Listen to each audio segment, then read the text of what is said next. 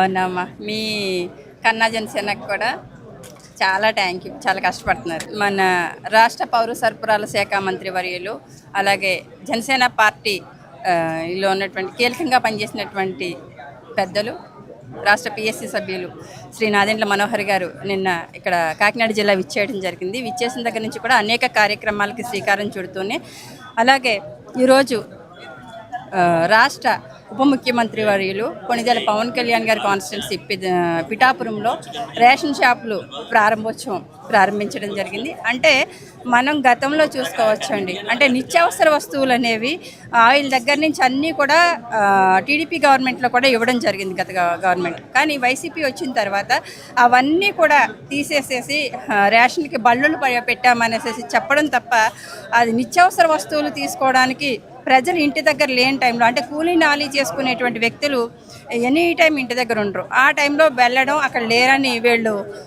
వచ్చేయడం, అలాగా దీన్ని ఒక మాఫియాగా జరుగుతున్న దానికి ఫుల్ స్టాప్ పెట్టడం కోసం ఇవాళ కూటమి ప్రభుత్వం తీసుకున్నటువంటి నిర్ణయాన్ని అయితే ప్రజలు స్వాగతిస్తూ ఉన్నారు.